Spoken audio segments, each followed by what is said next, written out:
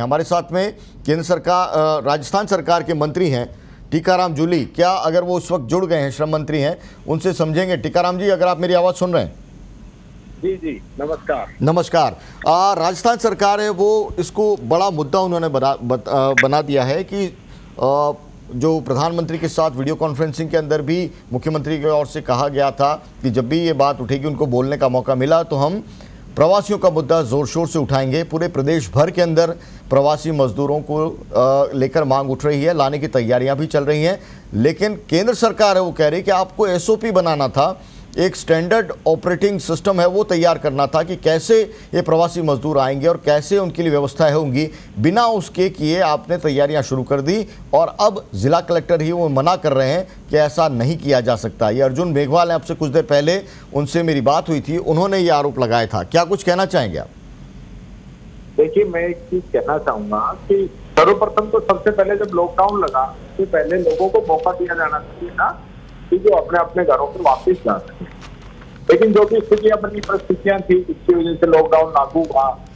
लेकिन उसके बाद आपने देखा होगा कि लाखों की संख्या में मजदूरों का पलायन हुआ। लोग हजारों किलोमीटर पैदल चल चल के अपने घर पे पहुंचे। उसके बाद उन लोगों को बॉर्डर पे रोका गया, सेंटर होम बनाए गए, वहां पे उनके खाने की, रहने की व्यवस्था की गई। और अब चूंकि लॉकडाउन फिर लग नहीं रहा कि अभी रुकेगा, अभी और आगे बढ़ सकता है, और वो लोग मजदूरी नहीं, और लोग भी काम से गए हों, चाहे कोई बच्चे पढ़ाई के लिए गए हों, चाहे कोई किसी का कुशल क्षेम पूछने के लिए गया हो, वो व्यक्ति वहीं अटक गया। अब क्योंकि ये बड़ा मानवीय मुद्दा है, इसको यशस्वी मुख्यमंत्री गहलोत साहब ने उठाया और उन्होंने और स्टेटों से बात भी की है और बात करके इस स्कीम को, इस योजना को चरणबद्ध तरीके से हम लागू कर रहे हैं। और इसके लिए रजिस्ट्रेशन शुरू हो गया है। कुछ स्टेट के लोग, उनकी बसें आ गई है, मजदूरों को लेके जा रहे हैं। उस जगह से हम अपने मजदूरों को लेके आ रहे हैं।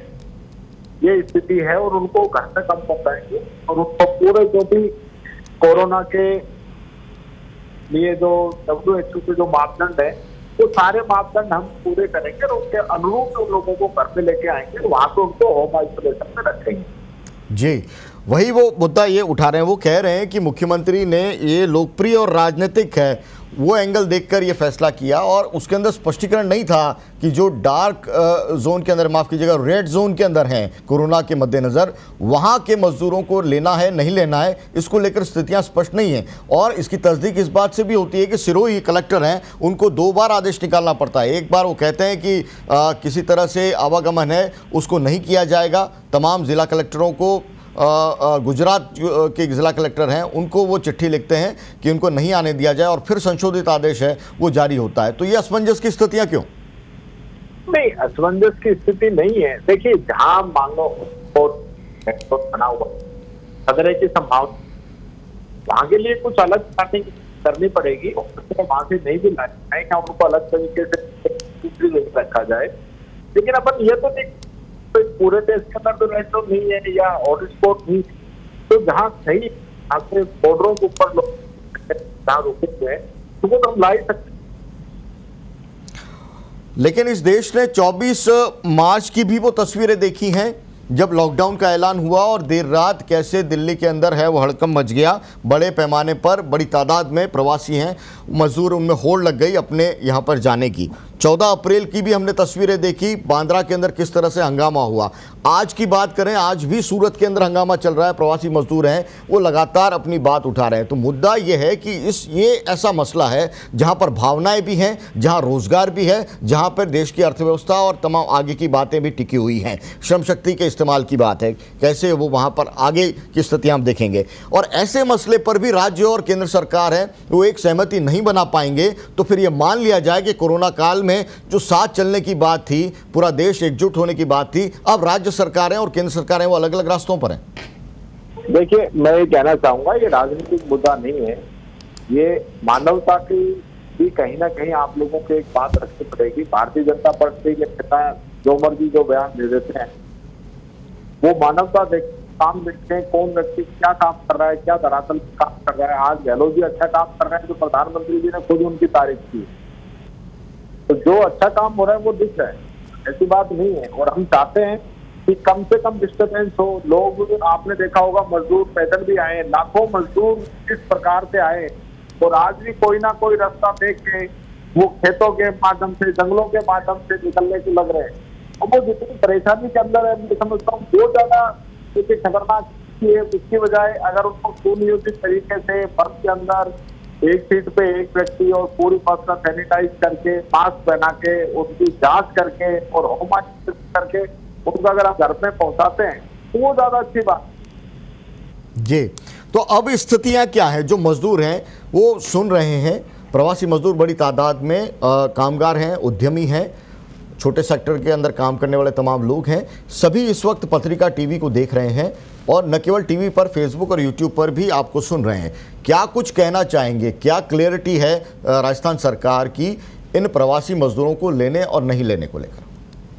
देखिए, हम सभी अपने जो राजस्थान के लोग हैं उन सबको लेने के लिए तैयार हैं। हमने सभी सरकारों से बात कर ली है और पश्चिम बंगाल और बिहार ने अभी स्पष्ट रूप से मना किया है। बाकी अन्य स्टेट से बात चल रही है, ज्यादातर ने इसकी रजामंदी दी है, वहां से रजिस्ट्रेशन हैं। तो और जो स्टेट है वहां से कोई ज्यादा दिक्कत नहीं है, लेकिन जो इंटर स्टेट तीन मुद्दे आए, एक 2 3 3 4 स्टेट, वहां तो और ये मामला सुप्रीम कोर्ट में भी है टीकाराम जूली साहब। सुप्रीम कोर्ट के अंदर भी कहा गया है कि 3 मई तक तो कम से कम लॉकडाउन की स्थितियां हैं और जो इस तरह की अदला बदली है वो न हो तो बेहतर है।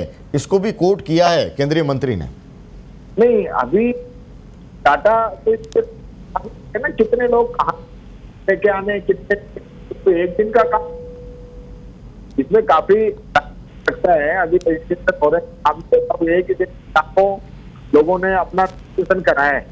लाखों लोगों को एक दिन से क्या सकते हैं, उनके लिए चरणबद्ध रूप से पूरी स्कीम की योजना बनेगी और माननीय सुप्रीम कोर्ट पे तो उनको ध्यान में रखते सारा काम होगा। ये नहीं है कि हमको सुप्रीम कोर्ट पूरी अवहेलना करेंगे। कोविड के जो इसके मापदंड हैं या WHO को जारी की है या केंद्र सरकार को झेलना हो, सारी चीजें तय हम करेंगे।